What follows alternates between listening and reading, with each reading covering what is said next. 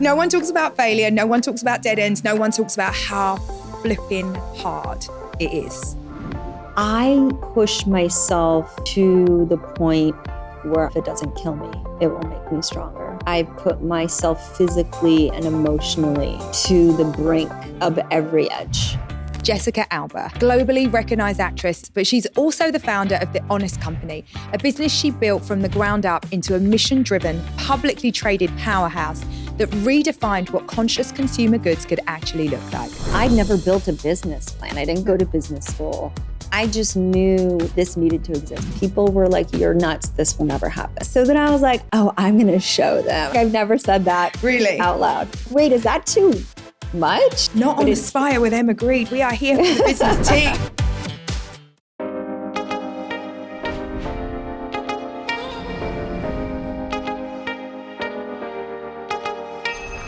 Jessica, I'm so happy to have you here. Thank you. It's very, very exciting. I'm happy to be here too. I feel like we never talk like in a professional manner. Do you know what we never do? No, we never do. It's usually in passing. It's always in passing. It's at an event or at something for our mutual friends, Kelly and Jamie, where it's not a professional situation, exactly. I would say. But you are in a bit of a professional and personal transition moment right now. So I'm glad that I got you when I did. And I wanted to ask you, I mean, you announced your departure from the company that you built from scratch, The Honest Company. And I really wanted to ask you, what made you even decide to leave? Well, I feel like I launched it now, it's probably around 13 years ago. And it really was kind of like another kid. Yeah. Except this one grew quickly. And I just feel like it was at the stage where it was ready to kind of evolve and go off to college.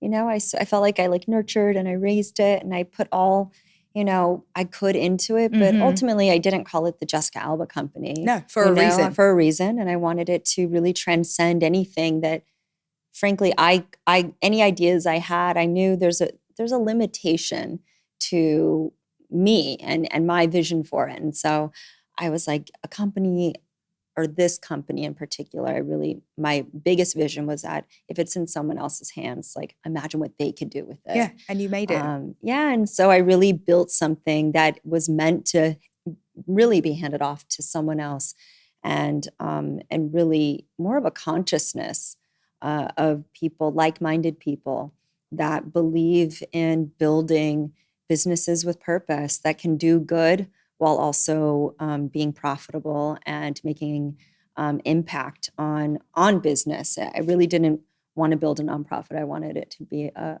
very productive for-profit business. And that's exactly what you did, because I think if you go back 13 years ago, we weren't using those terms in the same way that we throw them about now. Social entrepreneurship really was more of a nonprofit terminology. Yeah. And then there was just entrepreneurship. And a lot of the entrepreneurs, especially when I was coming up, there was a lot of tech-based, digital first, D2C businesses, venture-backed. And so I actually built the business as a venture-backed D2C business.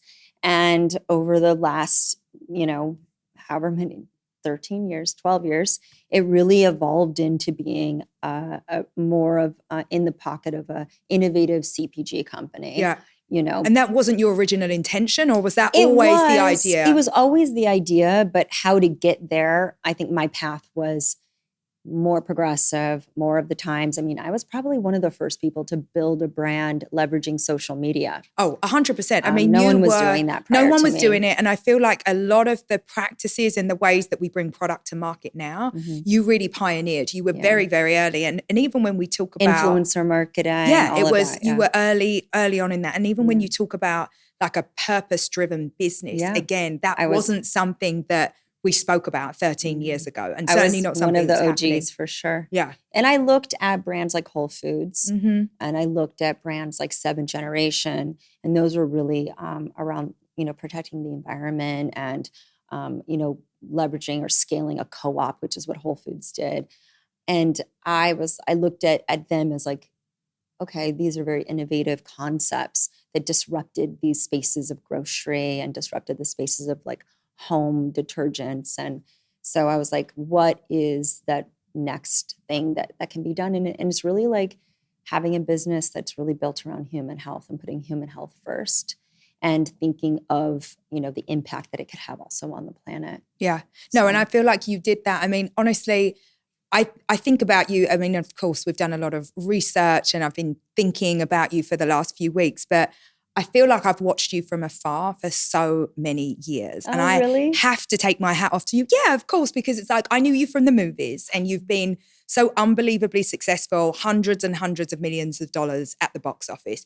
You built a company out of an idea that you had. You took it public. You have the most beautiful family. And so I feel like I have to take my hat off to you as a female entrepreneur because you really have done the most. And I feel like you did it in a time when we weren't all talking about it. You were a very early kind of trailblazer and you kind of had to forge that path. And I wonder now as you I mean, you're not totally outside the business because you're on the board, right? I'm on the board, yeah. Yeah, but it's a different, you're in a totally very role. Different place. Yeah. You're not like day in, day out in that business. How do you feel about the whole thing? It's like bittersweet. Mm-hmm. It's hard because I really love it. And you have all these ideas of how you thought it was going to go. And even when people probably don't know is the first 3.5 years, I just hit a lot of dead ends. No one thought this business could even exist. Please, can we talk about those? I feel like no one talks about failure. No one talks about dead ends. No one talks about how flipping hard it is. It was. I mean, I'd never built a business plan. I didn't go to business school. I just knew conceptually that this needed to exist. People needed to know that they could make better choices. And I believe that people didn't need to be exposed to unnecessary chemicals that could affect their health in a bad way. And so talk to me about that journey. So you're an actress. I'm assuming you were at a very nice point in your career at that time. Probably the peak. The peak. So you decided at the peak of your career, I'm going to try something else and I'm going to become an entrepreneur, or you were like, I just want to start something new? At the peak of my career, I had a baby. My baby, I guess the perspective or my priorities, like my whole life revolved around, there's an innate, I think, narcissism to existence prior to having to take care of something. Yeah. For some people, it's animals, it's a loved one. And for me, it was when I became a mom. Yeah. And so that's when my whole perspective and priorities shifted. And so my career was everything to me. And then I was pregnant with my first daughter and I had an allergic reaction to a detergent that was really marketed for babies. And when I had this allergic reaction, I freaked out. And I was like, I recalled my childhood, which also people might not know. I was very sick as a kid. You were? I spent a lot of time in hospitals. I had chronic asthma and allergies to the point where like every cold turned into a 1 to 2 week hospital stay. What a nightmare. And I had many surgeries, like my appendix. I had a weird kidney surgery or issues with my kidneys. I had my tonsils taken out. I had cysts on my throat. So I had like many issues, and this is all up until age 11. Right. And so it was like chronic health issues. And I had this allergic reaction and I was like, oh my God, what if my baby had an allergic reaction and she couldn't tell me? What if her throat closes before my eyes? Like, how could I help her? Because she can't talk. And I was like, I can't believe that there's something that I could have been allergic to. And I'm an adult. So I learned about all of these untested and potentially harmful chemicals that are in everything. Everything right? From our personal care. So think of your deodorants, your perfumes, air fresheners are the worst, candles, scented candles, like all of these things, all the way through to the off-gassing of furniture and items inside the house is often much more toxic than even the pollution that's outside. And people just don't even know. And then when you think of the detergents and all this stuff, and so I was like, oh my gosh, what do I even buy? Freaking out. And I was freaking out. And so I would buy stuff from Europe because they have higher standards. And yes, we do. And I would buy stuff from Australia because they also have higher standards.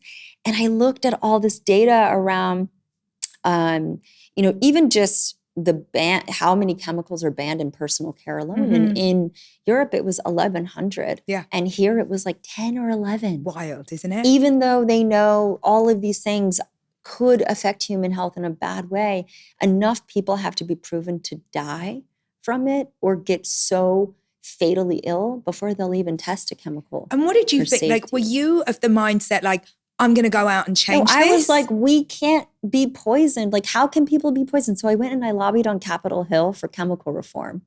And then I was like, they were like, are you a Democrat or a Republican? I was like, I'm a human being. Yeah, what does it matter? I was like, this has nothing to do with politics. I don't want my babies to die, okay? I don't want anybody's. Totally. I don't want anyone to be sick. And then when you hear about, and when I did research on the effect these chemicals can have on your health, they're endocrine disruptors. So what does that mean? It means that they mutate your genes over time and could lead to a lot of cancers that have to do with your hormones. Yeah. And so if you look at the rise of all these cancers it's unprecedented. And if you look at kind of like the industrialization of these chemicals, so they used to be used in warfare, then they put them in consumer products. And then you look at what's happened to human health. And you just look at some of these, you just see some of these graphs, and it's really enlightening. And so I was doesn't take a genius to figure it out. It does not take a genius. And so I was like, where is all of this research? And it's all in these kind of academic studies in universities and in these research hospitals. And it's so hard to get this information. Yeah. So there was this website called healthychildhealthyworld.org. And I hunted down this guy who authored this book and led this organization. And he was the first person, my first employee official, that I had advise me to figure out a solution. How old are you at this point? I was 28. So still pretty young. I was 28. And no experience because I had honor in at business. 27. Right. So I was probably 27 or 28. 27 or 28. Yeah. And did you have any experience of business No, at I all basically put together like, it was kind of like a Pinterest board, but IRL. It was like a collage, a scrapbook of here's literally every room in the home that needs to be touched that could have these products that could potentially be harmful. And it was like every room. And then, and so that was probably, now that I think about it, it was probably a blueprint or like the first step of my book. I wrote a book called The Honest Life. Yeah. That was a way to kind of make it also not scary for people to make better decisions. And if you didn't have money, you could use vinegar and baking soda, frankly, and you could be good. And so there's ways where it doesn't have to break the bank. And because I was also raised with no money and my parents really living paycheck to paycheck, I felt like health shouldn't only be, and peace of mind, and safety shouldn't just be for the 0.1%. You know, like I know that I got to this place in my life where I had been successful. I always lived below my means. I saved my money, and I was fortunate enough to be in the situation I was in. But most people aren't. And so I was like, it needs to be easier for people. So I gave a very lo-fi way to try and put together a home. But the book didn't precede the brand, right? The book was a year after. Wow. But I wrote it during the formation of the brand. So what was like the first thing that you did? Like you start doing all this research, you put this book together, you hire the guy, the consultant, and then what? And then I hired a woman to put my business plan together. And were you paying for these people out of your own pocket? Yeah. So I also wasn't acting really because you just had a baby. I just had a baby, but then also I just was focused on, when you're 27 and you just have a baby, you drop the weight pretty fast and you're fine. You know, like it's different. You're good. You're good to go. And I was number one is not number three. No. Also, I felt like it gave me this fuel to I became more ambitious. Yeah. In a weird way after I had my kids. I was like, now I have a reason. So then it was not before it was like, did the check clear? Like I was happy that like I was on that set and I got that job. Now it's about the quality and it's about the quality of the work And is this something I can be proud of? Well, and also like, is this time away from my child worth it? Right? Because you're like, if it ain't, then what am I doing here? I'm out. Yeah. And so my focus was really for about 3.5 years, really not on the thing that would frankly make me more successful. And I turned down a lot of endorsements and things that also would have been much easier for me to do. To do the thing that I felt like, I mean, I've always been pretty spiritual, but I really felt like it was my purpose. Did you feel like it was a calling? I did. Yeah. Yeah. Because I was like, when I was a kid and I was so desperate to figure out a way to have a different life than the one that I was raised in, I remember like a lot of prayers of like, God, if you give me an opportunity to be successful, I will do good for you. I will do good on the planet, for people. And I've always wanted to help mothers. I always wanted to help children. That was always, since I was little, what I wanted to do. And so building a brand that really is to safeguard human health, that was launched and focused. I mean, the strategy, it made sense to focus on moms and children because moms really were running over 70% of the household income and making those choices and safeguarding their kids. So when did you realize that this problem that you had could actually be a solution to a much bigger business issue?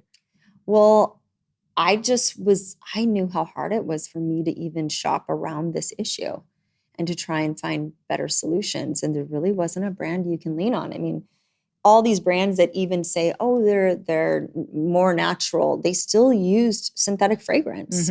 And so you're like, you just ruined it with a synthetic fragrance. Why? Or perfume or whatever, fragrance. And so it was really hard to find things that didn't have that in it. I mean, it's nearly impossible. Or you would find a totally traditionally formulated brand, product that didn't have fragrance, but there was no like plant-based formula and no synthetic fragrance. That combination didn't exist, and at a good price point and beautifully designed, because why does it need to look like a billboard for a weird CPG brand? And these were really the ultimately became the tenets of your brand, right? Yeah. Beautiful packaging, absolutely affordable, no sacrifices on what we're trying to the effect, efficacious products. And then that was the biggest thing. I was like, I wanted to be as efficacious as a traditional product or more, because we were using new and leveraging different technologies that hadn't been leveraged yet. And I really looked at a lot of the food categories as inspiration because it's quite innovative when it comes to CPG. So what do you, Jessica, the actress, do once you've got somebody to write your business plan and you've brought on a consultant? Do you remember? She didn't write the business plan that I asked her to write. So you started learning straight away about staffing then? Yep. And then early days. And then I went to an investor that wanted to take like 60% of the business and infuse basically no capital. Oh, great investor. Love. And then I was like, yeah, no. And I went down like a 2-year journey with him and with her. And so then, and I spent so much money. So much of your own money. So much of my own money, which, what people don't realize is between like agents and managers and taxes, we only take home like around 30% of what we make. So I had to think about how much I had to make just to blow it on all of this idea. Yeah, and how much you had to work to get there. I mean, that's crazy. 3.5 years of that. And I had now had like a baby. And also I imagine because at the time you were who you were, there was no shortage of people that were like, hey, like I see this opportunity maybe more clearly, let me come and help you. All of a sudden everybody's an expert. Oh, no. People were like, you're nuts. This will never happen. Did they really? Especially in Hollywood. Really? Yeah. How did that make you feel? Terrible. And it confirmed, it's like I already felt like I wasn't shit and I had imposter syndrome as an actress because no one looked like me. And every time I was like, do I even deserve to be here? And a lot of my choices, even though I know I'm an artist, were financially driven. And so I just felt... You mean your choices in like the projects that you took? A lot of them. Because you're like, I need the money. I need the money. Because I was like, being good for you. Struggling was just not an option. Yeah. I don't have a safety net. I am my own safety net.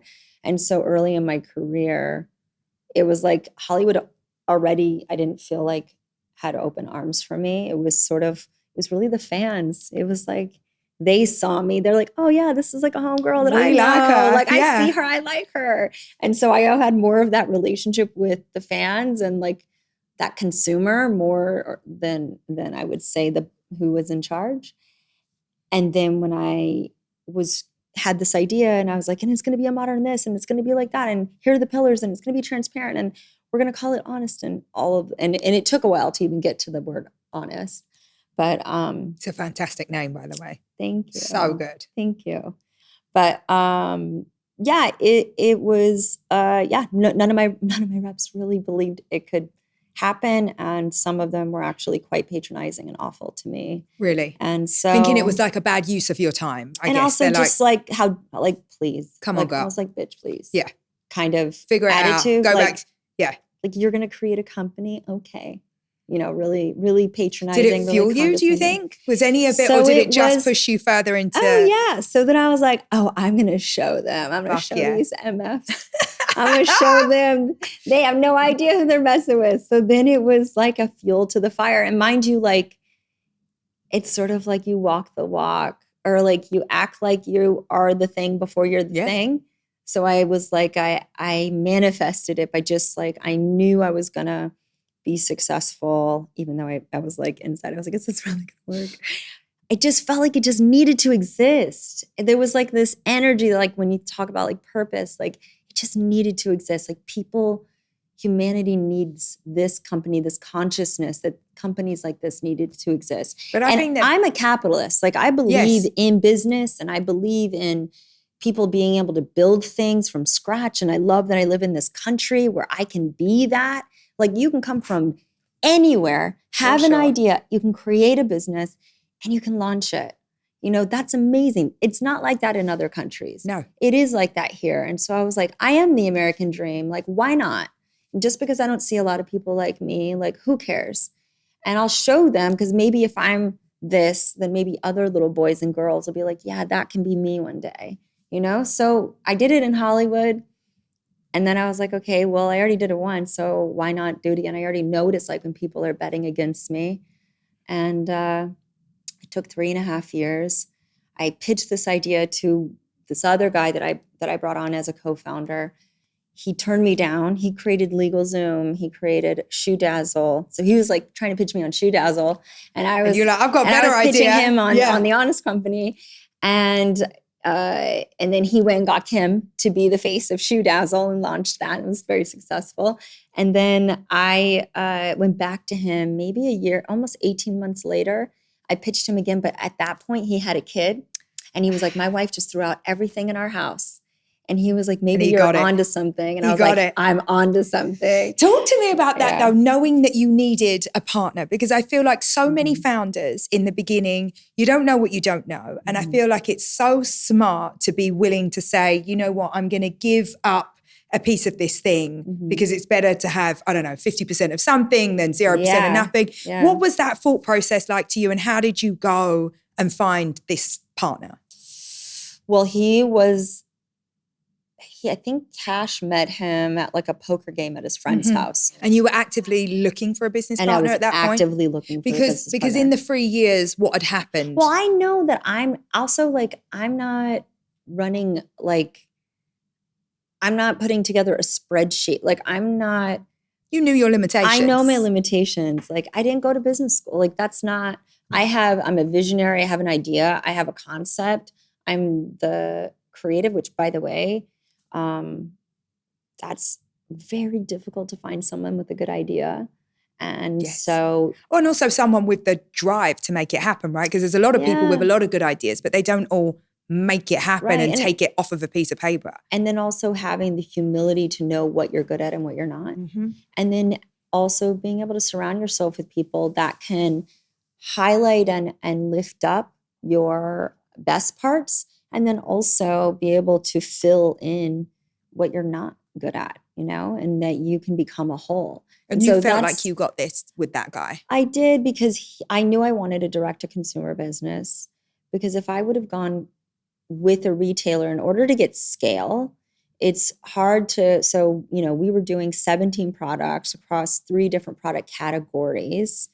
And so even just those SKUs, you have to make there's a limited amount of SKUs that you even make that they'll even do a run of. So say it's 2,000 or 10,000, right? So then where are you warehousing it?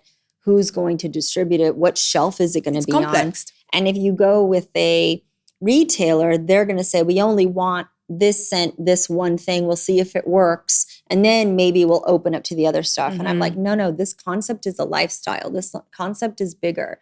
If I'm just doing a laundry detergent, or if I'm just doing one shampoo, that's not going to solve for the issue here. Because it's multiple assaults to your immune system from these chemicals that are in several different products. So you were trying to sell from the outset like a lifestyle, like this is an alternative, all and you these need different the full touch thing. points of your life where you can be exposed to these chemicals that you don't need to be exposed to. And so here's your sort of baseline needs met. And did this partner, was he a good partner for you? Was this someone that you were like, this is great. What I need at this time? He was great. I think I was a little disillusioned because then he brought in someone else to be more of the operations president person. And so in total, it was the 4 of us. And I thought all of us were in it for the long game. Yes. I thought all of us were building a legacy brand that our kids could be proud of. I didn't realize that 2 of them were much more short-term thinkers and much more, let's raise as much capital with the least amount of dilution as humanly possible and take money off the table as you go. And that was more of the business model than actually building the business. And do you think that was just something that you didn't understand, or it wasn't transparent?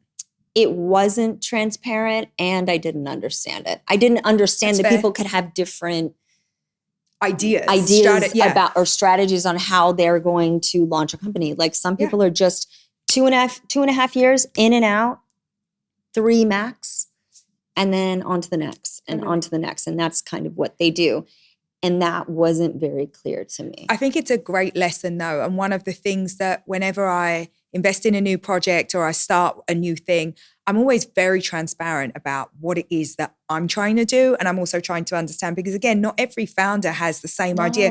Not everybody wants to build something and take it public. Some people are like, I just want to like pay my mum's mortgage and have like a really nice, comfortable life. And I'm like, that's fine too. But aligning those things is easier said than done. And you don't know what you don't know. And I think especially when you get into a business like Honest, where it's very purpose-driven, you imagine that you're all in it for the same good, right? It's all like, we're trying to solve something here. We're trying to do something better for our kids and for humanity. And different people have different agendas. Yeah, and that wasn't It's hard to get there. Yeah, and it wasn't clear until sort of the end of that journey, and really knowing that I needed to get a new management team in place for the next phase of the company, which was really to go from a straight up direct to consumer business to a more CPG with traditional CPG, wholesale, and traditional capabilities as far as like sourcing, operational capabilities. So we really needed our like raw material sourcing. We needed our chemists, having a lab in-house, and being able to have the supply chain and the operations on lock is, like, I would say step 1, 2, and 3 of importance. Then it allows you to scale and deliver on a consistent basis the promise of the brand. But without that, it's very difficult. It must be impossible. Yeah. When you, so when you're in this situation where they're going out, they're raising a lot of money, like how were you able to keep a grip with what you were doing? Or were you even able to? It was a lot of sleepless nights, a lot of gripping. And I think I didn't sleep I worked 7 days a week. I didn't sleep for a long time, maybe 10 years. Because I guess coming from where you came from, that hits in a different place. It hits in a different place. You have a different relationship with money. I have a different relationship with money, and I have a different relationship with success. And I don't have safety nets. And I had the vision of what this could be, and it's so pure. And so it was like, unless it's going to be, excellence is my like bottom of, I start at excellent. And then it just goes from there. And so Did you feel like corners were being cut? I believe that not everyone operates with excellence or the same level of attention to detail that I do. Everything matters to me. Every detail is important. And it's just not that way with a lot of people. And I would look at it as like, oh, you want to fight today? Like every day I was like, oh, we're fighting. She's okay. like, oh, I'm from the streets. I'm ready for this. And then I had to learn over the years that it didn't mean that they wanted to fight me or they were necessarily trying to challenge me. They just aren't even there. Yeah. They operate from a different base just level. Just a totally different base level. Yep. And I felt like, oh, I'm not smart because I didn't go to business school. I realized how smart I am. Yeah, nothing to do with it. I didn't start a business just to sell products. I started businesses to solve problems that I saw in the world. From jeans that could fit every woman to the shapewear you need when that dress slit is just a touch too high. I wanted to make products that people needed and stuff I could seriously scale into global businesses. That mission has always been at the heart of everything I've built. And when it came time to bring that mission to life, Shopify was the platform that made it real. It helped me go from idea to impact quickly, professionally, and without needing a full team. Shopify gave me the tools to launch with purpose and scale with confidence. I could customize my storefront to reflect my brand, manage sales across every channel, and track performance all in one place. And as things grew, Shopify kept evolving with me. I remember the day we launched Good American like it was yesterday, and we had so much traffic, I don't think we would have survived without the back-end infrastructure that only Shopify could provide in order to handle a launch that was so much bigger than we ever imagined. That's what makes it so powerful. It's built to support you at every stage. Whether you're just starting out or scaling a business that means something to you, Shopify makes it possible. This is your sign. Start your entrepreneurial journey now with shopify.com/aspire. If you saw what my day actually looks like, you might be a little surprised. Between the constant juggle of running multiple businesses, having 4 kids, and trying to exercise, my life is never about balance. But whether I'm easing into a slow morning or powering through a packed afternoon, one thing stays the same. I need fuel that actually does something for me. And that's where Catchiver comes in. Their whole body meal shakes have become a non-negotiable in my routine. And lately, I've been obsessed with the new strawberry flavor. It's like a sweet burst of real strawberries, but somehow still packed with everything my body craves. I'm talking 85 plus superfoods, nutrients, and plant-based ingredients, including 25 grams of plant-based protein, fiber, antioxidants, adaptogens, the whole works. I like mine with oat milk and a frozen banana, blended up into a shake that's smooth, creamy, and satisfying for hours. Whether I'm using it as a quick breakfast or a midday recharge, Catchiver just works. It's fast food redefined, and yes, it tastes as good as it is for you. You've never tasted strawberry like this. Go to catchiver.com and use Aspire for 15% off your order. That's Catchiver, KACHAVA.com. Code Aspire for 15% off. So as you start on this, the journey of having these partners and changing the shape of the business, where did your role go? How did you fit into that new dynamic of where the management was at? I think I allowed the world to believe that my business partner came to me and hired me to be the face of the brand, similar to how he did with Kim or similar to how he did with Robert Shapiro, because he did LegalZoom with Robert Shapiro. And I was like, no. I was the one that came up with the idea, and I tapped him to join me. It took me 3 years to get there, though, because he had a fancy education. He had a law degree. I just felt, again, that imposter syndrome, and it wasn't until a few circumstances where shit hit the fan and no one was looking at anybody but me. And because your name's on the door. My name is on the door. I'm the face. And if these people don't have their ish together, no one's going to suffer but me, because no one knows them. No one knows. No one cares. No. So I was like, oh, okay. So then I stepped into my power in a different way. And I was like, okay, now that I realize I'm the only one who's me and this business, right? It was like, we're one. Yes. And I saw the wholeness of and the purity of that relationship. Then it was just like, who are the players that are going to help take this to the next stage that it needs to be? And we're just putting the business first. And I don't care about ego, and I don't care about any of this other foolishness, including my own, because my own ego was telling me I wasn't good enough. Yeah. And so I had to throw that aside. This is an amazing lesson, I think, specifically for female founders, because there is this idea that somebody always knows better than you, that maybe you don't have, like you said, I'm not so good at Excel. You're like, yeah, but it's like, what you do know, but also, and it's often enough. If you put any like logic or common sense of anything in front of me, like I can rip through it. You'll figure it out. Yeah, I figure it out. I process quickly. So it's not brain surgery. Well, but it's also a special founder mentality. This was your baby. This was your idea. Nobody can see it and have the vision like you would. But I think it's very interesting that in your position, you would imagine that there is like this man or someone that would have and could have known better than you. I also really appreciate and love the science. I love these different business models, and I loved thinking about these concepts of like, what type of management team can take this vision to this next stage? Do you need a COO? Do you need a COO, CFO, CEO, president? Maybe, maybe not. Do you need a CIO? Or a CTO? Is it more important to have a technology person? How did you navigate those decisions? Innovations person. Who do you have? And you can only have so many people in the C-suite. Then you have your general counsel, which is very important. Very important. We all need them. And you need your head of HR who's going to keep everyone happy. So yeah, and so I learned as I went. And I learned about all these different business models, and I asked a lot of questions. So I would like meet Sheryl Sandberg at a business conference, and I would just say, talk to me about infrastructure. Like, when you know in your mind that something needs to change, like how do you go about it? And how do you deal with the board versus the management team? And what if the management team is the business has outgrown the management team? Then what? Which always happens. And so it always happens. And that's like a good problem to have. Yeah, it's a great problem to have, but hard to solve. Hard to solve, because there's a lot of like relationships, there's ego. People are not always in for the best of the business. They are in for the best of themselves. And so to navigate, so delicate.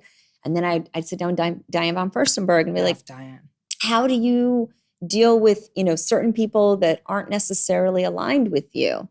When you're like, no, I need this to be like that. Oh, Diane will tell you. No, she did. She'll tell you. And then I asked Tory Burch. And then I asked Arianna Huffington. But you went around, you found these women, and you were like, I'm going to ask any question. I would get 3 questions. I would never take up more than 15 minutes of their time. I would write down the questions that I had for them.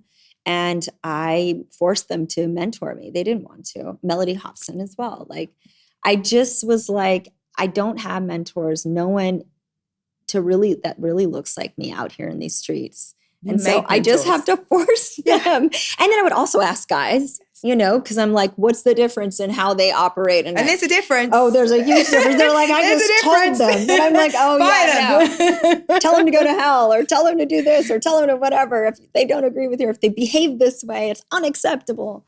And I'm like, yeah, no, it's so different for women. We have to be really strong and capable, but then also really nice. Well, the expectation is very different for women. Yeah. My question is really, as you start to meet all of those very accomplished women and speak to men, how did you thrash out your own unique leadership style? And did you feel the pressure to be a kind, empathetic female leader?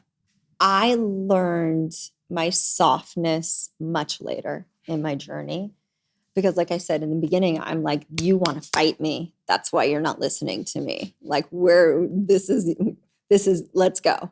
And I always thought it was a very combative relationship with people when they second guess me all the time. And they needed to always have 5 points of data to back up everything that I said. Yet if other people said something, they would just do it if they were a dude, period. And I was just like, oh my God, that's so annoying. I'd be like, oh my God, I'm so irritated. And so then I'd spiral, and then I would just fire off like, and then that overwhelms people. Yeah. So then and then they would only give me 20 minutes in meetings and to make 85 million decisions. Yes. And then if I had any feedback, they were like, oh no, it's at stage 3. There's no time for you to. Then we won't make the launch. Well, then why are you bringing me in now? Yes. You should have brought me in 6 months ago. That was happening. When it was still in like the first phase 1. So she's taking you back. But I learned about NPD, new product development processes. I learned about processes, who gets handed what at what stage. I learned about. I went to business school by creating and building a business. And which I think is the only way I think that you can so. do. I mean, it's I really say that because I don't know the other way. Yeah, so. I think you can have a concept of how to build a business, but it's how to build a business, and you can learn about them and blah, blah, blah. It's so different when you deal with people. Yes. Because people have emotions, and emotions are not logical. And business conceptually is logic and math. But real business in real life is emotion and relationships. And it's all people. And it's all about people. It's all about people. And it's very different. And how to navigate that is an art form. And so I don't know if I've been the most nurturing, warm hug. I think I've been more of like a good time, inspiring probably, because I have big ideas and I can come up with alternative, solid solutions quickly. Like I love a challenge. Give it to me. I love a debate. Bring it.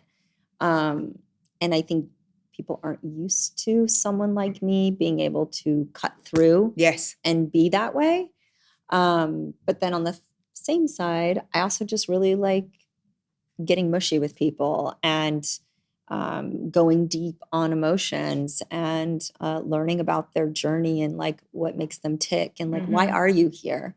I know you're working in said department, but like, what's your home life like? Yeah. And I want to talk about it. And it's important because you need to be able to get the best out of your people and having some understanding, but it's just difficult to draw those lines. I also play people for a living. And so I have this anthropologist because it's sensibility. Like, so I want to go in. I'm like, so are you a cat person? Oh, you have 2? Okay. Oh, and you have a roommate and your roommate's allergic to cats? Tell me more. And I love I that. bet your parents didn't let you have cats when you were growing You're like, up. I've got you down. I know exactly who this lady in HR is. Yeah, it's great. Exactly. That's amazing. And so, yeah, I think I'm that. And so I think I never fit the corporate, sort of bill. I'm not a corporate person. And so it was interesting to kind of be in that corporate, more traditional environment for such a long time. Because you really did build a big corporate company. It's very middle of the road, very corporate, very traditional in many, many ways. How many people were you at the height? I think it was 600. Wow. It's a lot of people. And this is like warehousing and Yes. 3PLs and all those things. All of the things. Yeah. But it was a big corporate company and you were really at the helm of that. I think around 200 is like 250 is like a good amount, but still a lot. Well, everyone always has their comfort levels. I always my say I love 20. it at 5. Yeah, I'm like lower. I like 20 max. 20, you know everyone's name. Yep. You know everybody, you know everyone's cat's name. Yes, exactly. Holiday parties are fun. Yeah. It gets a lot less fun after 20. I can say that. I agree. 20 is my, like, if I could build something tomorrow, I would never have more than 20 people really at the helm. So what do you think your biggest learnings were from those early days? No more than 20 people. You're like, okay, no more than 20 people. HR, a CFO right away. Right away, Yeah. That is my thing. I think HR CFO would be my first 2 hires. And then an ops person, because I don't know what kind of business I'm creating next, but those feel really important. Because for me, it seems like you're the type of person, you know exactly what you want, but you need the right people around you just to shape it up. Exactly. Yeah. And make sure the numbers make sense and they continue to make sense. And tell me before they stop making sense. Don't tell me after the fact, because that gets on my dang nerves. Totally. Yeah, like let's get in front of it. Like let's hold hands. Like we're not being precious about this concept. Do you think that you had a good understanding when you were out raising all of this money of where that was going to take you? Well, I think the way the business was built was in the digital first kind of business model is a different business model. It's a growth model. Yeah. So it's not about profitability. No, it's not about profitability. So all. Having to take a company from a totally growth mindset and move it into a profitable mindset started with strong tech capabilities to a strong CPG capabilities. I mean, it literally transformed into a completely different company. And I would say this third phase I think every CEO are the phases that I would think of them. How many CEOs have you had? I'm on my third. That's pretty good going Carla's after 12, 13 amazing. years. Yeah, she's the one where I can safely say, like, I can sleep at night. It's in good hands. She's golden. Like she gets the mission of the company. She knows how to grow the business. She's very honest and transparent. Her ego isn't getting in the way of putting the business first and what's right for the business. And how much of her suitability is actually about you as a founder knowing what you need and what suits you versus the other ones that maybe weren't so well suited? Because I feel like I get better, hopefully, every year at choosing the right people to operate around me. I got better.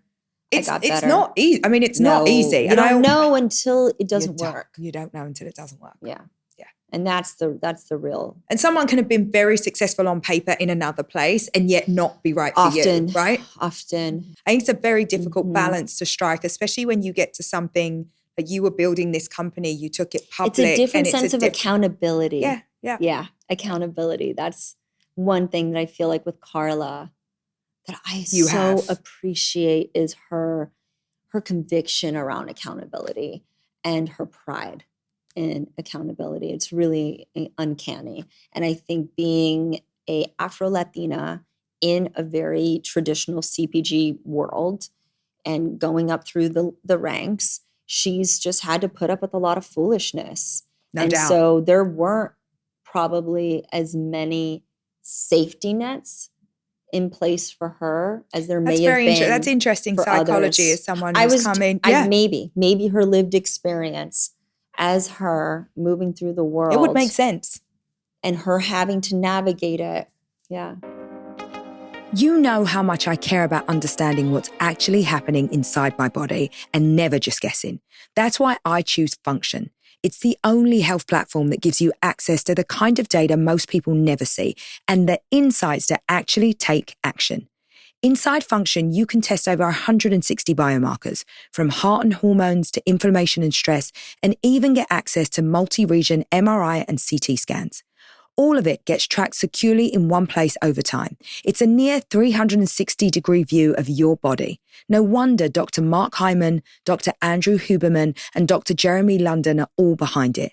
This week, I've been thinking about how fasting impacts women differently, because women's hormones fluctuate monthly, and our bodies are wired to prioritize reproductive health. Fasting can cause hormonal disruption, especially when cortisol levels rise and stay elevated. That can affect everything from metabolism to ovulation. So if you're fasting or thinking about it, it's worth checking in with your data first. Function has helped me get real answers and make smarter decisions about my health. And if you're serious about your body, I think it can really do the same for you. Learn more and join using my link. The first 1,000 people get $100 credit towards their membership. Visit functionhealth.com/aspire or use gift code ASPIRE100 at sign up to own your health. Looking to refresh your wardrobe without the hassle of in-store shopping or endless scrolling? Daily Look offers a premium personalized styling experience, all from the comfort of home. Daily Look is the #1 highest rated premium personal styling service for women. Each customer is matched with a dedicated personal stylist, not an algorithm, who selects up to 12 high quality pieces based on body shape, preferences, and your lifestyle. Boxes are delivered directly to your door so you can try everything on at home, keep what you love and send back the rest with free shipping both ways. It's flexible, convenient and completely tailored to your style. With delivery options every 30, 60 or 90 days, Daily Look makes it easy to stay current with the seasons or build a closet that works year-round. Elevate your style by signing up at dailylook.com today. Take your style quiz at dailylook.com and get 50% off your first styling fee with the code ASPIRE. That's dailylook.com, code ASPIRE. There was somewhere I've read you described yourself as having an unnatural level of discipline. How has that helped you be successful as a founder?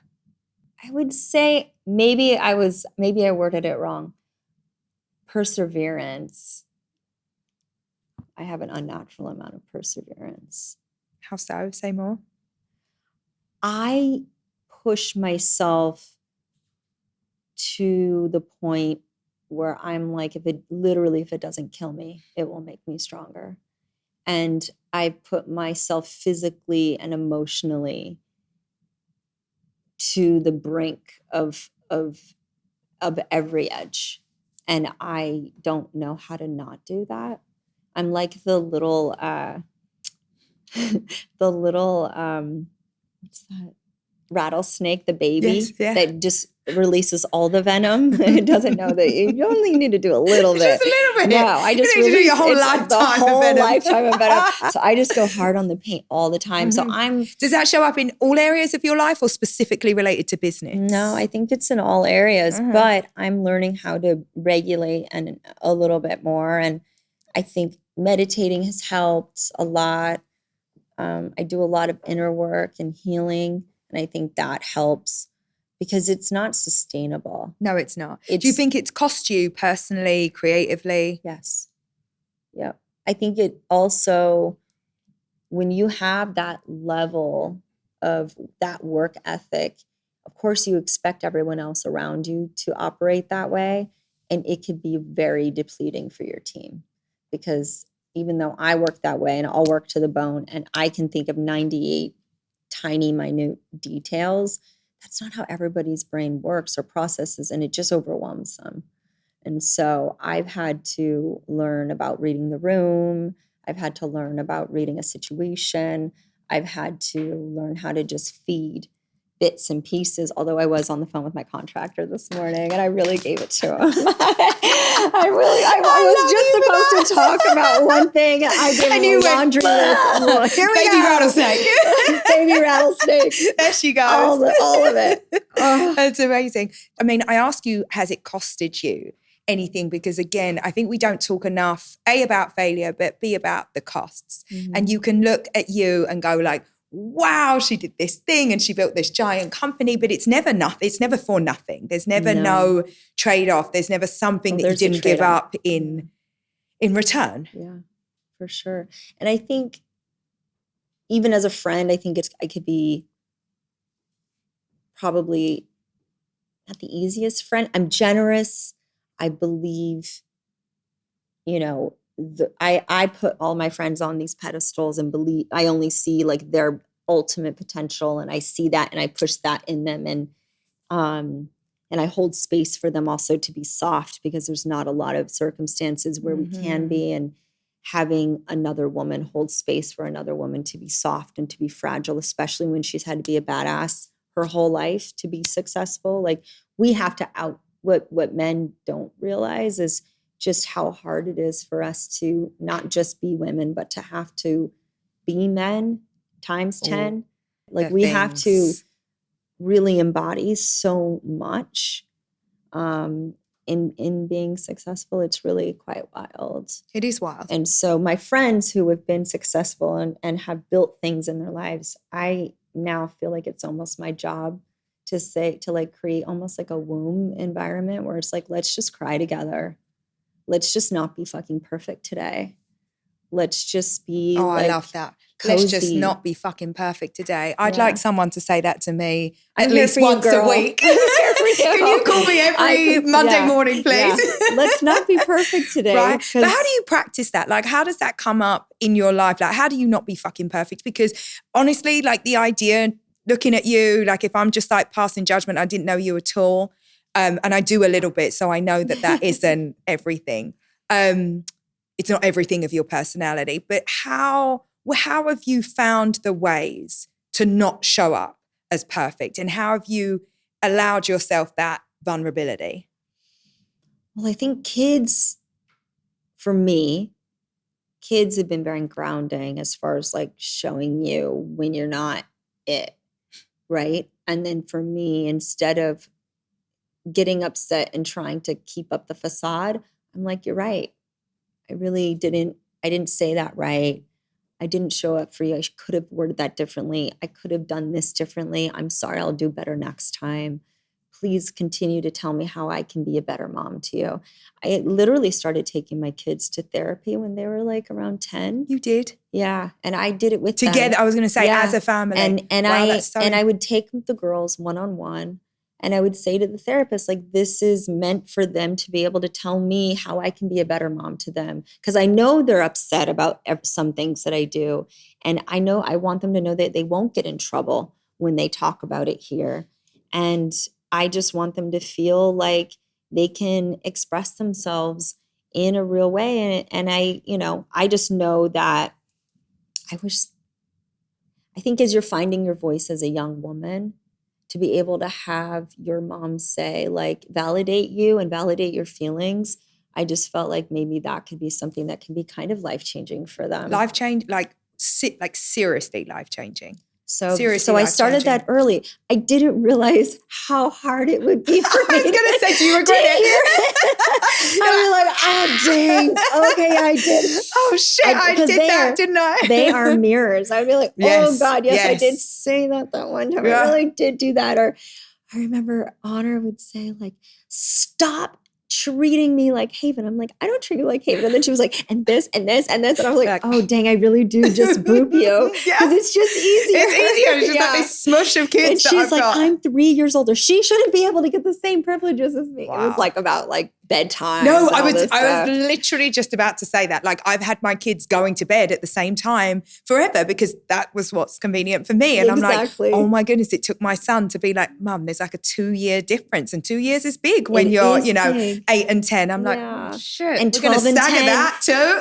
12 and 10 I'm like, even worse. 3 drop-offs, 3 bedtimes. I'm like, give me a break, guys. Yeah, like, that's the same. I would do the three bedtime stories. Yes. Or the cuddle time, or they want to debrief their day. All night. And then all of a sudden it would be midnight. Mm-hmm. And you're like, I'm like a shell of myself. Like, I just wanted to watch something on the TV. Yeah. Or I've got work to do, more likely, right? I've got work to do. Yeah. Was the counseling with your kids in reaction to how much you worked, or was it just more about what is right for the family? I'm asking you if you had like big mom guilt. Yeah. I had big mom guilt, and I'm always trying to do the most. And I was like, what do I wish I had when I was little? Because I saw some patterns in myself that I just didn't want to pass down to my kids. And I feel like a lot of it started when I was going through puberty, and I was starting to it's kind of when your kids are individuating, and so everything you say is wrong, even when you're right, but it's not about being right. It's just about them individuating from you. Mm-hmm. Oh, that's the worst. Ouch. And then when they like listen to their damn friends, and you're like, what does this 11-year-old know about anything?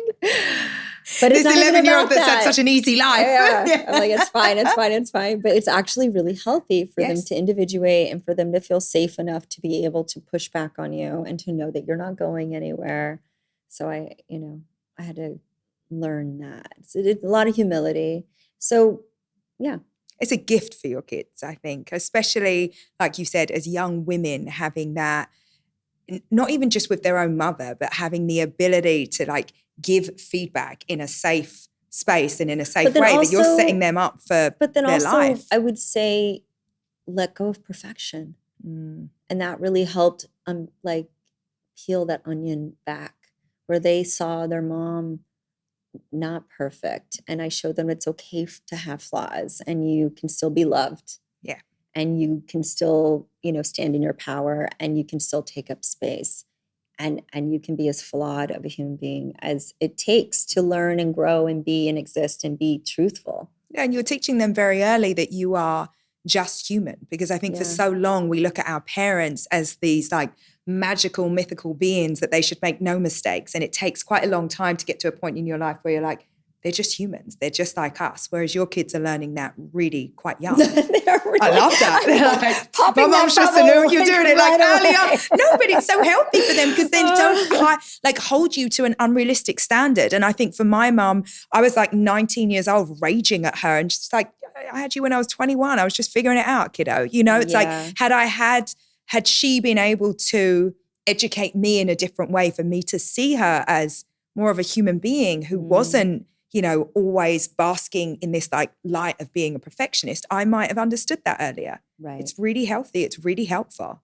Yeah. I mean, it's helped both of us. I would say it's also helped me let go of this idea of perfection. And then for them, it's modeling that for themselves. Have you let go of perfection? Yeah. I still have standards that are at the highest level, but I'm not so relentless with the pursuit of them. That feels very evolved. It feels like a real grown-up thing to say, Jessica. I still have to breathe through it. You're like, I still have to breathe through it. Yeah. How do you think about success now? Because I know in the early days when you're a founder, you have like usually as an entrepreneur, you have an idea of like this, when I get here, this is when I'll be successful. How has that evolved for you? For me, I just was like, if people trust us to bring us into their home, that was success. And I would say that's still success when it comes to honest. I mean, it's a pretty big one, isn't it? You trust us to bring us into your home and be part of your day-to-day life. And because we are interfaced with people in the most sort of like intimate and all those like in between moments. Yeah, the time in your life when you have a new baby, in right? Your life, or when you're washing your face, when you're looking at, you know, it's like your alone time, or there are all of these like really kind of precious daily moments. Yeah. And so if you trust us, that's success to me. And that hasn't changed. But success to me as a human now is how much I can get into my parasympathetic nervous system instead of my fight or flight. It's like the adrenaline or the cortisol. I don't want to I don't want to be there. I want to be in this neutral space because there's something really liberating about that. And I didn't even realize that I could live in this in-between space where I'm not either just totally drained or, you know, having to do the most. And I think that is so symptomatic of being a founder, because you're on this like journey and it does feel like high lows constantly. When do you think But I think I've been like that my whole life. Really? Yeah. That's just who you are. I think so. That's how you're hardwired that way. I think so. So how did you find this kind of golden middle? I don't find it often, but this is my Thank you for being honest. My pursuit. This is my pursuit on the daily, at least if I can get a little bit of it. I started meditating maybe 7 years ago and really doing a lot of inner work. Around that time, my friend got sick with cancer. I'm sorry. And so, thank you. And so I think her journey, her health journey became my health journey. And it was like a mirror almost. Yeah. And so I was like, gosh, it just felt so close to home, you know? And I also just did, I thought about just time differently and being present for my kids. And there's something when you're in a constant state of either like heightened cortisol or heightened adrenaline, you're just not, it's hard to be present. And the kids grow so fast. And these moments are so fleeting with them. I just want to like soak them up. Yes. You know, because it's like this, my daughter's almost 17. Like, how did that happen? I don't know. It's so bad. It's I'm like, crazy. babe, you're going to go be a senior in high school. Like, what's going on? It's so hard. You're like, also because I'm just 34. I'm basically 28. What is happening? No, but she's like my baby. I'm so proud of her. But it's like I still see this little this little kid. She looked like a little Fraggle Rock. She was just this little sweet little face and little teeth and her little voice and her wild hair. But it was a decision that you made. You said, like, I've got to draw the line somewhere. I'm going to take my health seriously. Yeah. I'm going to start meditating and I'm going to live my life in a different way. Yeah, and you can't continue to do the same thing and expect different results. No. So I started to really prioritize my mental wellness in a different way. Was there like a moment where you were ever close to quitting or just giving up? In the beginning. Yeah. The beginning for sure, before it became something. But once you get a product in hand and once that product goes into someone's home and once you get the feedback, like the outpouring of people from people who have, I mean, the amount of people that have sensitive skin that are like, thank you so much. I have sensitive skin, everything. My skin reacts to everything, but your products are perfect for my skin or my child's skin. Beyond. You know, it's just like giving people that's quality of life, man. Yes. And then after that, then I'm like, it's worth it. It's all worth it. You're like, I can do it. I can go through it. I mean, I always think about it when we do those like volunteer days at Baby to Baby, and there are quite literally mountains, like huge thousands and thousands and tens of thousands of boxes of products, of honest products that you're giving away. Yeah. And when you're in that situation where you can give away that much product for a good cause, I'm like, we embedded nonprofit and charity into our business model from day one with Baby to Baby. But it was never like, I didn't want that to be the reason why people bought Honest. I just wanted it to be part of our culture. And it's just part of who we are as a brand. And it's amazing that all these years later, that key tenet of the company has remained, right? Because still to this day, it's like when I'm packing up those bags, well, obviously we're both on the board of Baby to Baby, but it's like you do so much still. And I feel like that's something you can take great pride in. Yeah, it's cool. It's really nice to give away, but it's also really nice to stack money. And I want to talk to you about money for a second, because obviously you didn't come from much. How has your relationship to money changed over the years? It really changed from the scarcity mindset to abundance mindset. What does that mean for you? Thinking that every day was my last day of making money and I was never going to make another dime again. And so I had this like hustler thing of like, oh no, where's my next meal? Or, oh no, am I going to have a roof over my head? Or, oh no, am I going to be okay? This like scarcity, like there was never going to be enough and it was going to slip through my hands, and just not having a safety net really, or feeling like the floor was going to be pulled out from underneath me, to like, I'm on solid ground. I'm okay. I can breathe. I can look around and I can think about like actually what brings me joy. Is the money a part of that? Yeah. Don't you think? Yeah, I do think. I just think most people lie. Yeah, no, money allows you to be exactly who you really are at your core. And when you are in survival mode, it's very difficult to be your truest self. Facts. Factual facts. Yeah. Yes. Because you're in survival mode. You have mode. To make decisions that were otherwise outside of who you are and who you truly want to be. And money is greatly freeing in that sense. It's very liberating. And extremely it's just what it is. It is what it is. Feeling run down, foggy, or just off your game? Symbiotica offers high-quality supplements designed to support your body from the inside out with clean ingredients and formulas that actually deliver results. Start with the liposomal glutathione, which supports glowing skin, gut health, and anti-aging benefits. For a calm, focused mind, there's magnesium L-threonate, known to help with brain fog, stress, and restful sleep. And for next-level immune and gut support, try the new liquid colostrum. It's packed with nutrients to strengthen hair, nails, skin, and help maintain a healthy gut lining. Each product is thoughtfully formulated and easy to take. No pills, no powders, just flavorful liquid supplements designed for optimal absorption. And with monthly delivery, it's simple to stay consistent. Go to symbiotica.com/aspire for 20% off plus free shipping.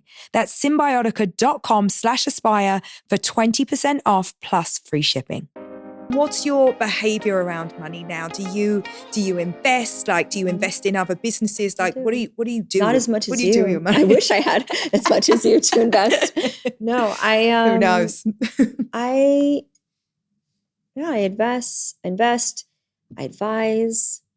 I love helping out and advising other women, especially in business or purpose-driven businesses.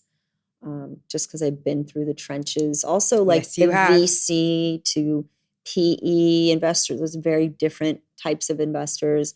And then you have the institutional investors, and then you have Wall Street. They're all very different. Do you feel a sense, and I say this because I feel it myself, I feel a sense of obligation. Like I have to let people know because I had so much ignorance to all of that stuff, and I learned the hard way. Me too. So I feel like I have to, it's like I'm running around like telling people. I tried to be the person I never had in my corner. Yeah. I imagine that you were very underestimated in some of those rooms. All of them. And continue to.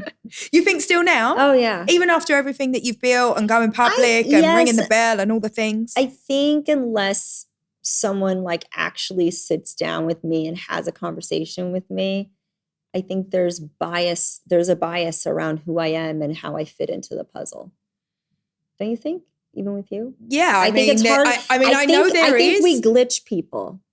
They're just like, there's no way you can be smart and capable and marketing and great ideas and visionary, and you understand supply chain and operations and how the business model works in order for you to have a strong EBIT or whatever. They like can't, their minds are like, wait, what? Syntax error, 100%. It's just like, yeah. And you have to allow for that to happen. It's so interesting because I feel like that has happened to me so frequently in my life that at this point I just blank it out. I'm like, you must be a fool to underestimate me. Like, do you know, like, I'm like, how dumb are you? Like, it just, it doesn't even, I don't know, like it doesn't even touch the sides. I used to get so irritated. I used to get so irritated. It used to really, and more than irritate, it used to upset me. It used to upset me. That's why I'd be like, we're fighting. In my meetings, I'd be like, we're here to fight.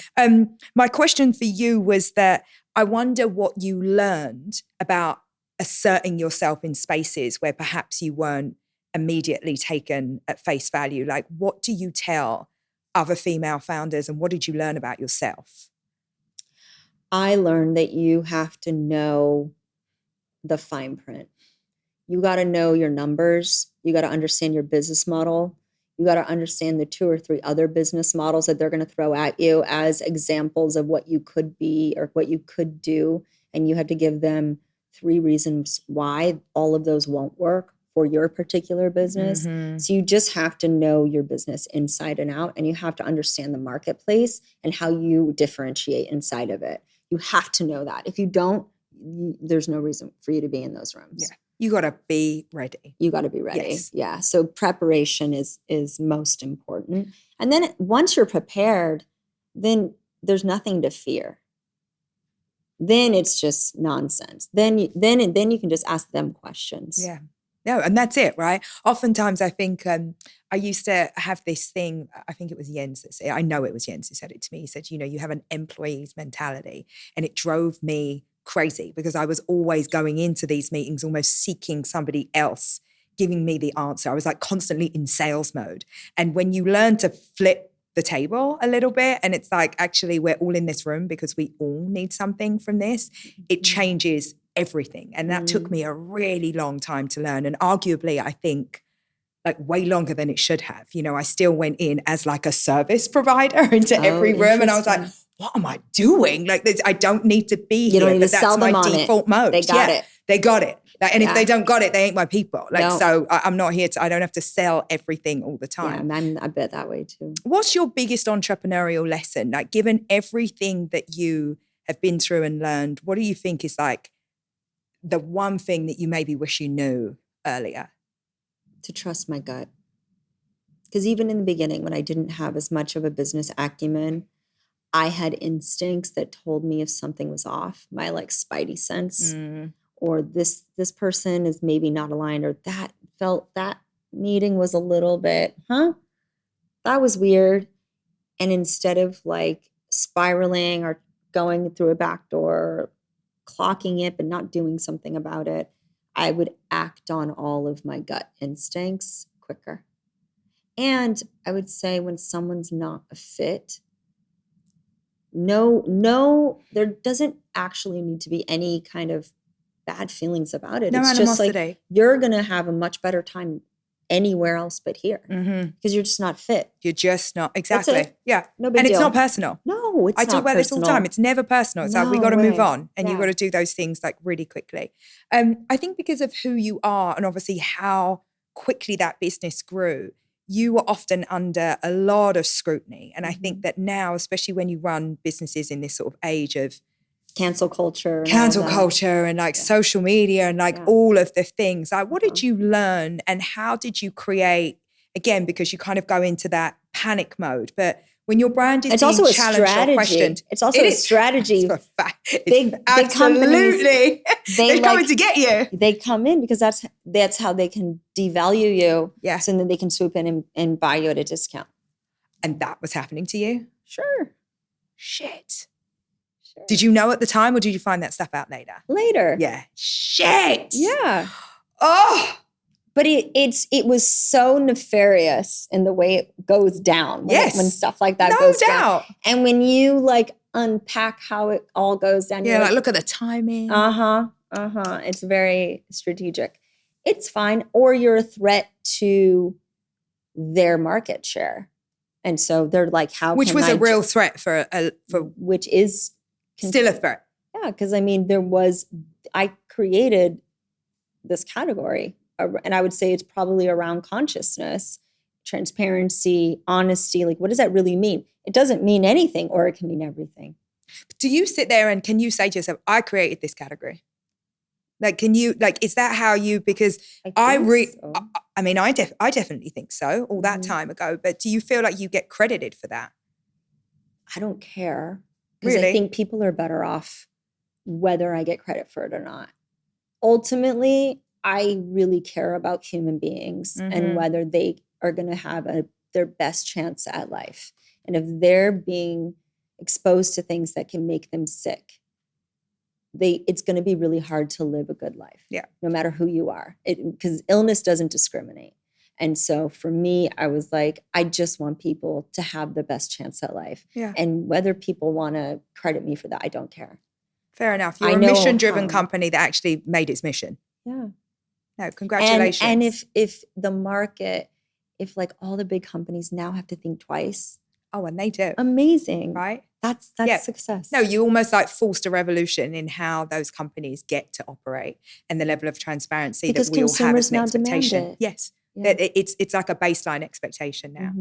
We talk about success stories so freely, but if I were to ask you the story that you tell least, like what would that have been for you through this business journey? Maybe what I just said. Really? That? I think so. I already got it. I'll take it. Yeah. I think I've never said that really out loud. Okay, fine. I'll definitely take that. It just like rolled one. out and I was like, wait, is that too much? And I was like, I don't know. Not on Aspire with Emma Grede. We are here for the business tea. Like we need this. No, because listen, I think that what happens, especially, I don't know, I hear very different conversations between my friends that are female entrepreneurs than what I hear my husband have. Because I think that for women, it's a lot more personal and that we believe when it fails, we're a failure. Yeah, and this is true. And I don't believe any of that, by the way. I've failed multiple times and you don't put them on Instagram in the same way. So maybe they don't get the same light. Right. But I don't think it helps anyone walking around being like, oh yeah, like everything in my life is so amazing and my kids are perfect and they love the amount that they see me and my business is thriving when in fact, that's just not, it's never been the reality of my business journey. When Honor was in preschool, she was like, Mommy, why can't you be here like the other moms? And I'm like, what do you mean? And she's like, all the other moms are here for Halloween and you weren't. And I'm like, oh, it's not that I didn't want to be, like, I'm like, but I want to, but I'm here now. Yeah, And she's right just now. like, but you weren't here yesterday, or like, you weren't here the other day. And she like would name all these things. I'm like, damn, it's true. How did you reconcile that? I cried. Yeah. How do you reconcile it? I cried, and I like lay with them, and I stay up till midnight, giving them all their individual cuddles and going through their day and waiting until they are drooling on me until I leave a room and then go to the next room. And, Yeah. I know exactly. It's really fucking hard. It's really fucking hard. It's really hard. Yeah. And you know that this time is so finite. So you want to give them these memories and these moments. Are there things you look back on and you go, I just got this so wrong? Yeah. Yeah. I think even just how I fit inside of the puzzle of my life, and believing so many times that I was the provocateur, I was the villain in the story, when in fact I was the one who just inspired change, or I was the momentum. Mm-hmm. And if people aren't comfortable with momentum, they can view you however they want, because you're now lighting a fire under their ass that they're happy just meandering in a pond, but you're moving forward. And it could be a threat. It could feel like an assault. It could feel like a challenge. Yes. But you're just doing you. And I think for us, where we're on this momentum is our personality. It's our soul. It's our spirit. It's what we're here to do. We're not here to accept the way the world is operating around us. We're here to challenge, to push boundaries, and to pioneer. And so if we're not doing it, we're not being true to our purpose and why we were put on this planet. And I think for a long time, because there's so few of us, and it makes a lot of people uncomfortable. A lot of people. And I think we have to understand that we're not wrong, we're not bad, and we're actually fulfilling. It would be wrong if we didn't do what we're doing. I'm so glad you said that. That would be the wrong part. That's the only bit of it that would be truly wrong. Yeah. I was thinking about maybe what you would say to other female founders specifically now, given everything you know. God, we have so many good ideas. I think we just have to believe in ourselves more. I think we're so untapped. Even if you just think of like the women of color who get funding for their startups, it's less than 3%. I think it's like less than 3%. No, less than 0.3%. 1.3. It went down since the pandemic. Yeah, it's really, really and frightening and isn't devastating it more than at the same time. 60% of the businesses that are created by women? They're all these small businesses, right? If you look at the number of new businesses started in the last 10 years, it disproportionately is it's women, female founders.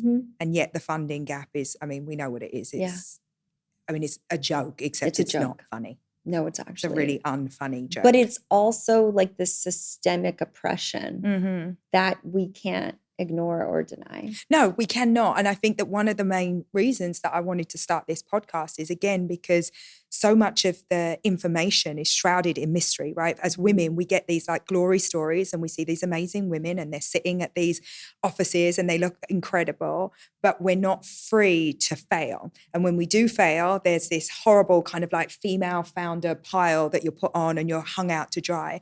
And because there's so few of us that get a shot. Well, there's so few. And so they want to use this as an example. And that's what drives me crazy, because I know so many women and I myself who have failed multiple times, and you can come back, but you have to know that you've got permission to come back, right? Oh, yeah. And also it's the only way to learn and grow. Yes. You don't learn by being successful. No, you do not. You only learn by screwing up and falling on your face. It's the opposite. It's like all my best learnings are in the failures. Yeah. Success covers a lot of shit, actually. You can have a really shitty company that's successful.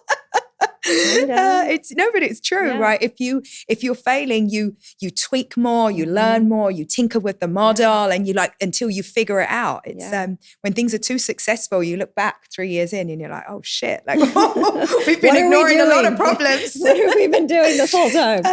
I want to ask you, because you talk a lot about therapy and your spiritual side. And I wonder how that impacts who you are, not just as a founder and an entrepreneur, but as a person, and how you make choices as you go forward in your life. Like, what does that look like for you these days? I think it's allowed me to connect quicker, and I have more of a direct line to my intuition. And I think before it was like, is it in there? Is it real? Am I just making it up? But it's like, it's very clear to me now, and it's very direct. And it's, I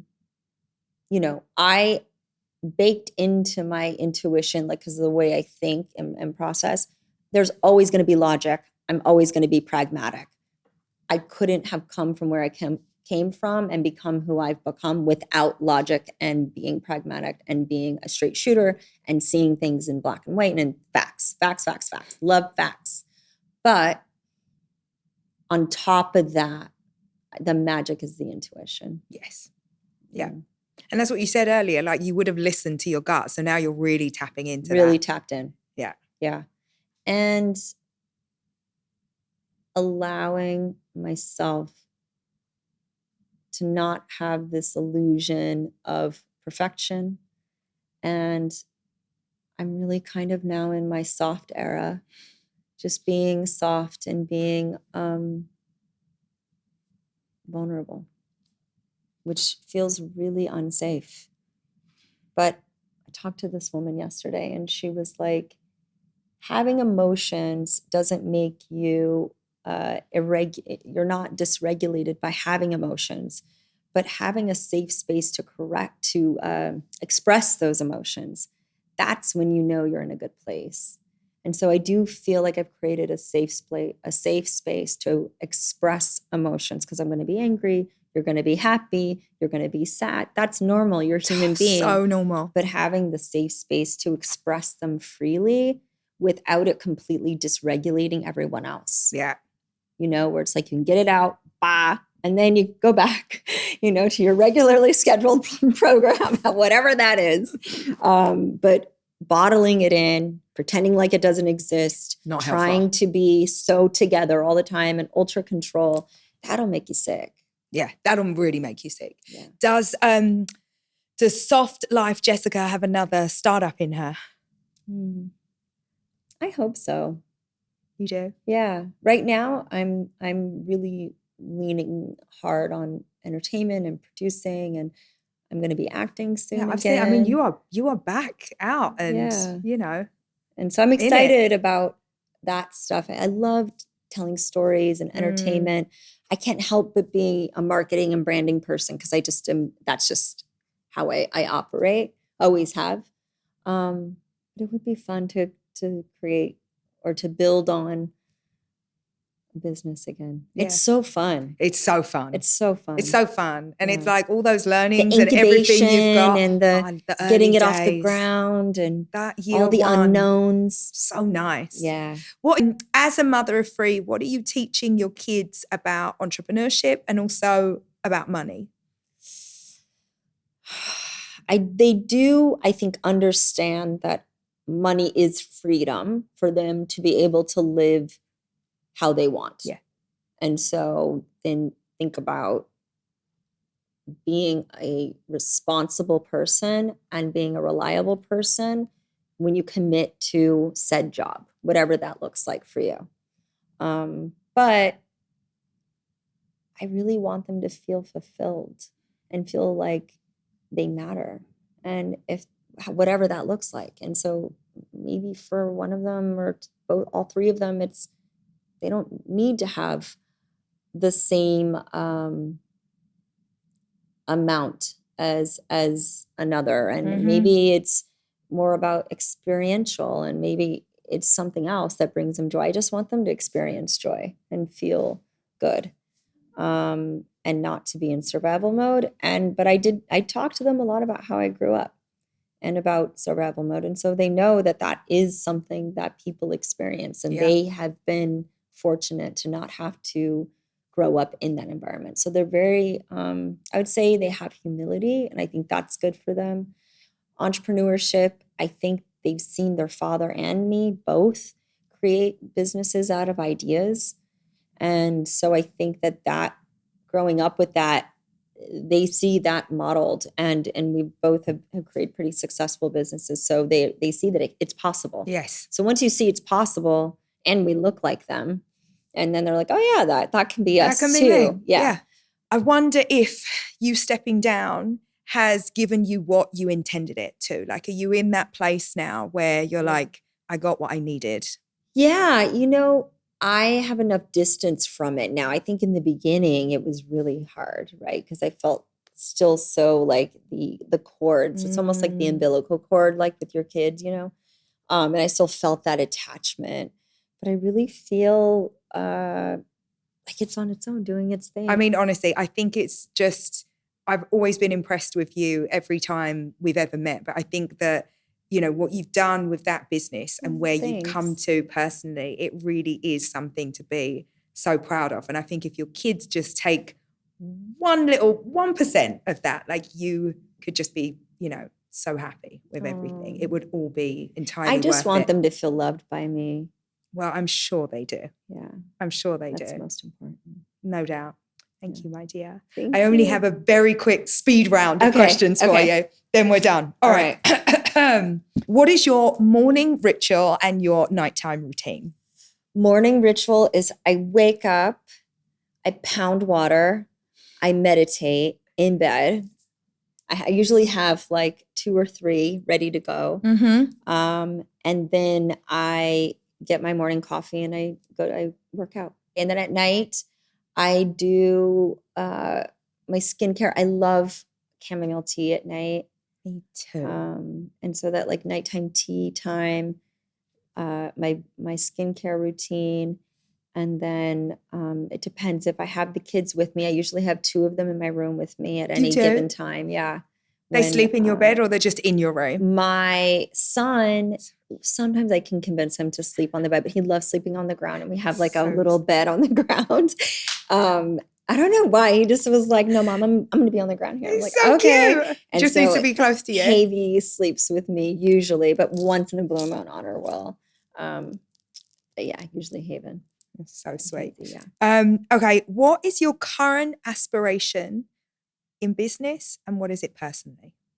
My current aspiration in business, I don't know. I don't have a focus yet on where to put that energy. But I feel like it'll be not yet, not yet. But I have to say, I love wellness, and I love beauty, and so whatever that is, I'm not sure what that is yet. And what about personally? Personally, what do I aspire? I really aspire to stretch out my in-between moments as much as possible. That is a really wonderful thing to aspire to. I might steal that one from you. Okay. What is a book that's changed your life? I would say, as for this podcast, Start With Why is a good one, great one.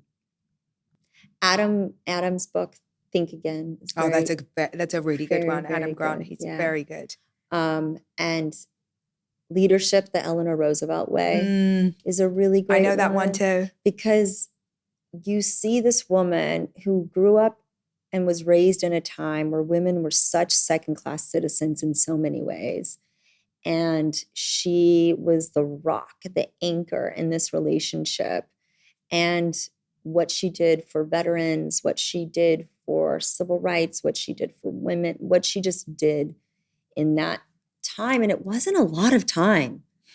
And what she just did so much. And she would not take no for an answer. Yeah. Someone to really look up to. What did you once prioritize that you no longer value? Control. What is something that you deeply value today that you overlooked in the past? Snuggles. Just being cozy. Just being cozy. Mm-hmm. One of the best things. Mm-hmm. Thank you, my darling. This was heaven. You're so great. Thank you. Thank you. Thanks for joining me on the Aspire podcast. For more strategies on how to build the life of your dreams, be sure to subscribe to our YouTube channel.